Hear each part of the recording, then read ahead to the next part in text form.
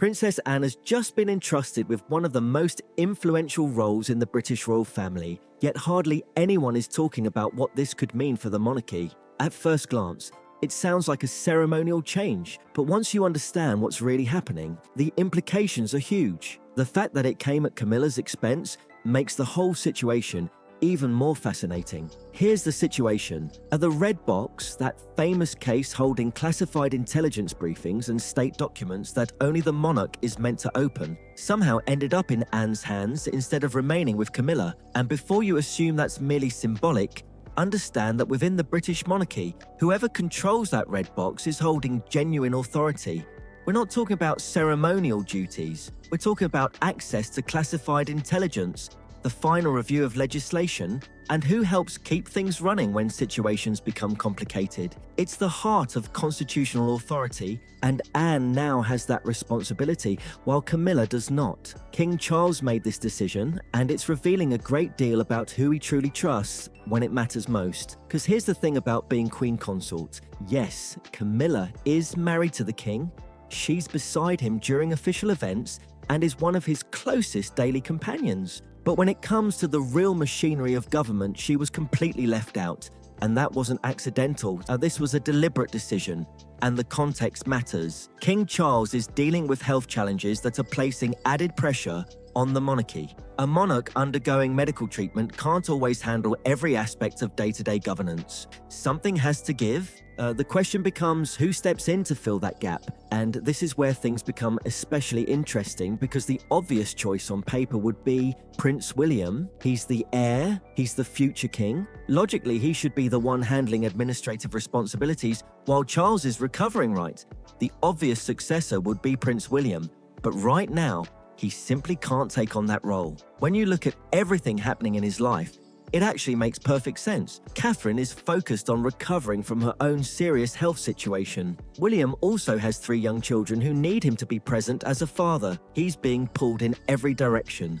And on top of that, he already carries the emotional weight of knowing he'll be king one day. Adding the daily responsibility of helping run the monarchy while managing all of that would be overwhelming. It's simply too much for one person, especially someone raising young children while supporting a wife recovering from a serious illness. So instead of turning to the heir, Charles looked to his sister. This is where the decision becomes especially interesting, because Anne is perfectly suited for the role in ways William simply isn't right now. First of all, she's only 2 years younger than Charles, meaning they experienced the same historical moments, knew many of the same political figures, and understand the traditions because they witnessed them firsthand. She doesn't need lengthy briefings explaining why certain issues matter because she lived through those moments herself. That's the kind of experience you can't fake or learn overnight.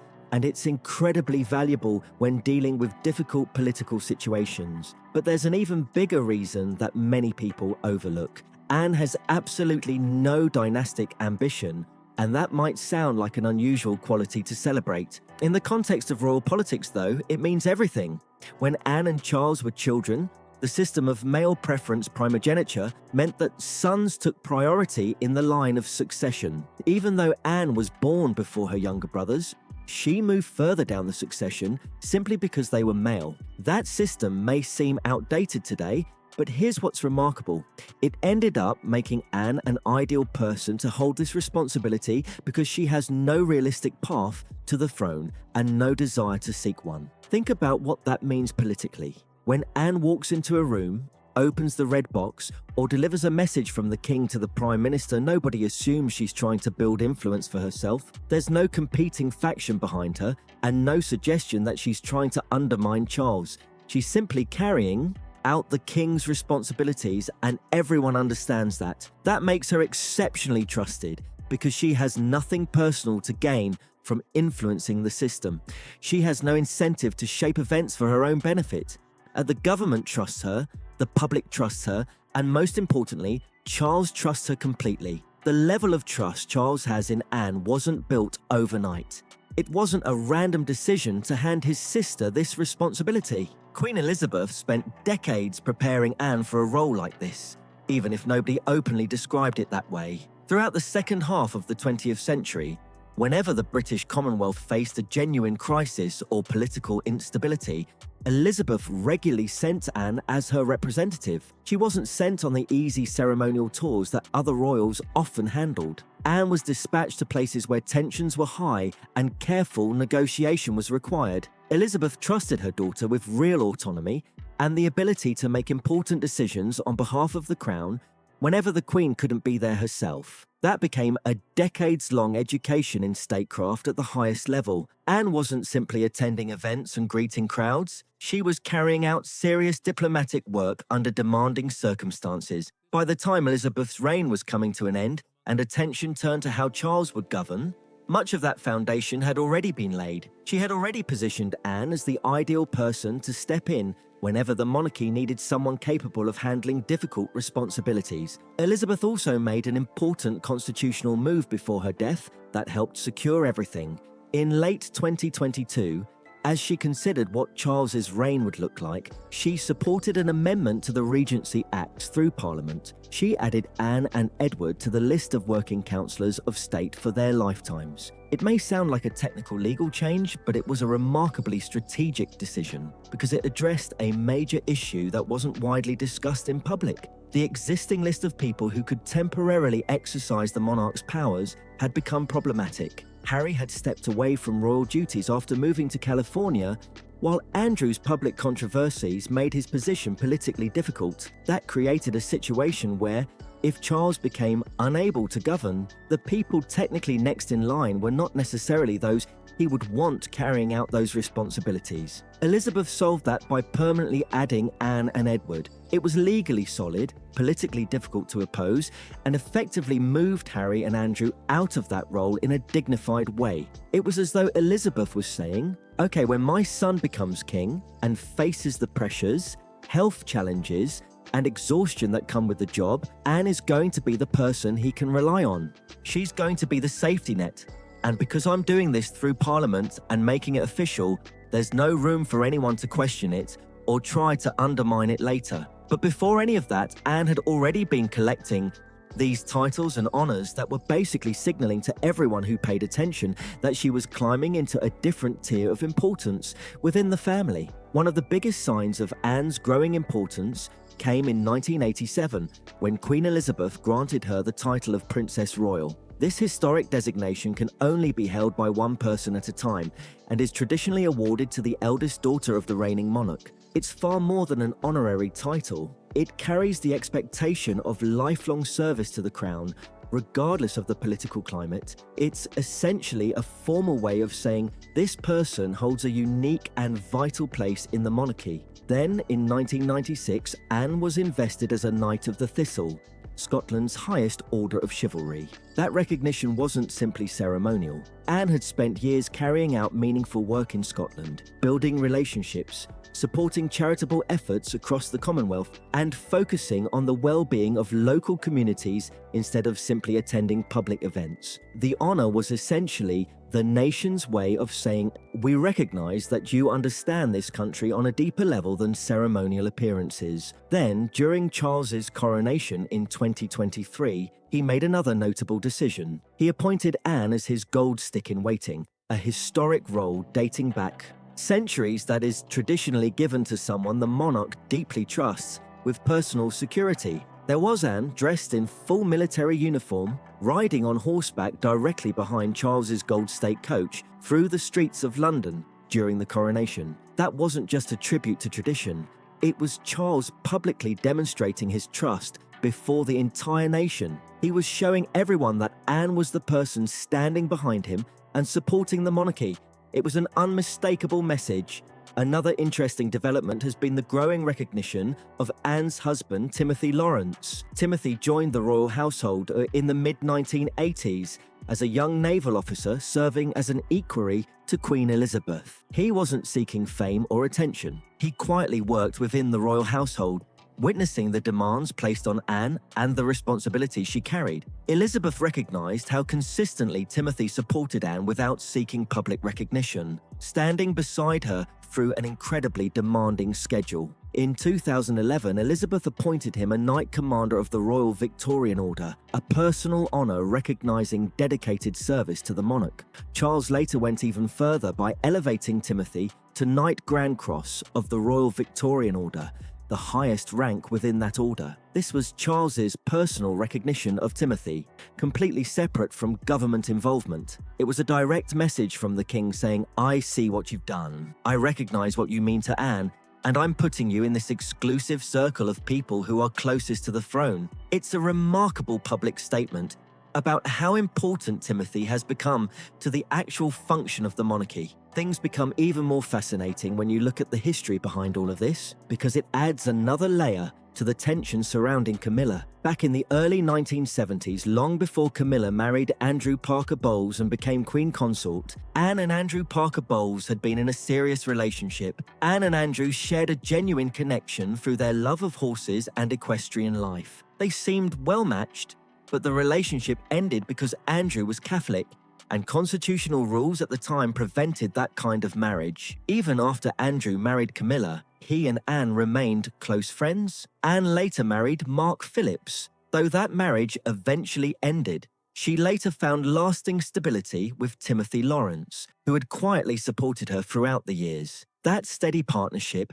helped Anne devote herself to the extraordinary workload she continues to carry. She completes more than 450 engagements each year, more than almost any other working royal, while Timothy supports her without seeking recognition. When you look at today's situation, with Camilla excluded from the red box and Anne taking on greater responsibility, that complicated history adds another dimension. Camilla is married to the king and holds the title of Queen Consort, yet she's outside the core machinery of governance. Meanwhile, Anne, without wearing the crown, has decades of experience and the support of a husband who has stood beside her quietly all these years. As a result, she's increasingly viewed as a central figure within the institution. Public opinion seems to reflect that view as well. Recent polls consistently place Anne among the most popular members of the royal family, alongside Catherine and the late Queen Elizabeth. Many people see her as the hardest working royal, someone who simply gets on with the job without seeking constant praise or media attention. Most people also don't see Anne's growing responsibilities as a political maneuver or an attempt to gain influence. Instead, many view it as recognition she has earned through decades of service and dedication. That public feeling became especially clear during the BBC documentary covering Charles's coronation year. The documentary gave viewers a rare look inside the monarchy during one of its most difficult periods. Anne also shared something unusually personal. She spoke about her mother's final days at Balmoral and revealed that Elizabeth had been concerned about dying there because of the logistical challenges it would create for both the government and the royal family. Instead of focusing on protocol, Anne encouraged her mother to put it aside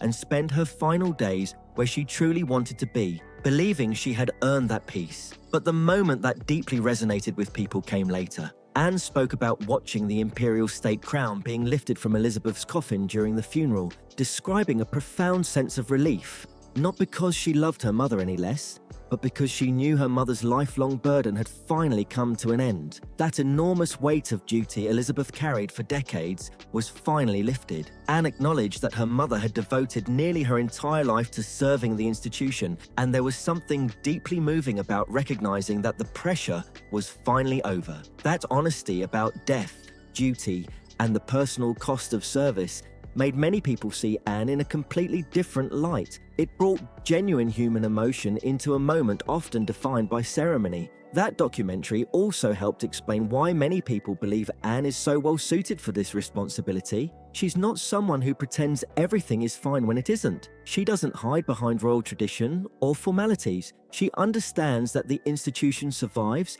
because people recognize the sacrifices required to keep it going. You can also see that influence in the younger generation, especially William and Catherine. Both have made it clear that they hold Anne in extremely high regard, and support her expanded role. William, in particular, has spoken about seeing Anne as an important source of stability for the family, someone whose integrity and work ethic are respected across the institution. William and Catherine have also stepped back at major events to allow Anne greater visibility, sending a clear message that they don't view her as competition. Instead, they see someone who has spent decades doing the work and deserves recognition for it. William also understands that Anne's larger role benefits him during this stage of his life. It eases some of the pressure while he supports Catherine's recovery and remains present for his children.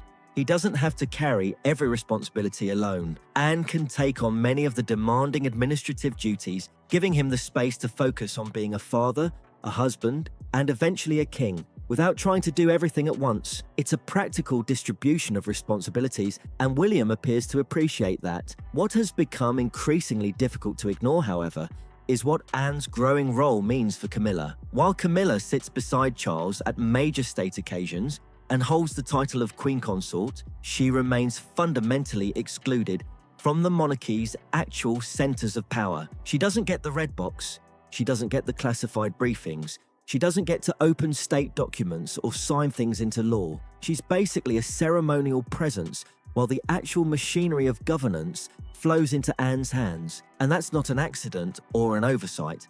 That's a deliberate statement about what Charles values and who he trusts with real authority. There's also this lingering shadow of Diana that Camilla has spent her entire time in the royal family trying to navigate. The British public never really forgave her for the role people perceived her playing in Charles and Diana's marriage.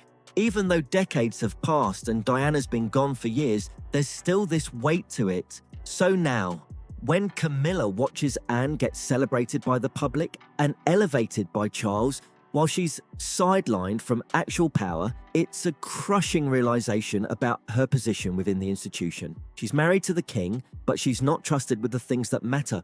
What's fascinating about where the monarchy is right now is that it's fundamentally changed how it operates. The old palace approach was to maintain the illusion that everything was perfect, that the royals were somehow above the struggles regular people deal with. But Charles and Catherine have essentially thrown that strategy out the window.